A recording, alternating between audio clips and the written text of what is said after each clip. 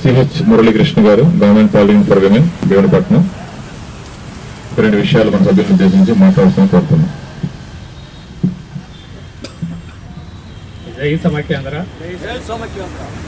ఈరోజు 12వ రోజు ఈ నిరాహార దీక్ష చేస్తున్న మా మిత్రులందరికీ అభినందనలు.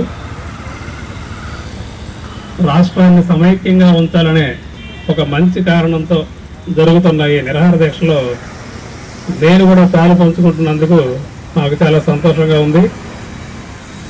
మనందరం కలిసి ఈ రాష్ట్రాన్ని ఎంతో అభివృద్ధి చేసుకున్నాం. తెలుగు ప్రజలంతా కలిసి మన రాజధానికి ఒక గుర్తింపు తీసుకొచ్చారు.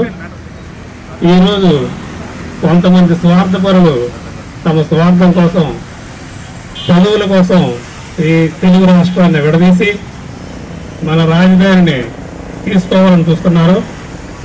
దీన్ని మనమంతా సమైక్యంగా ప్రతిఘటించాలి.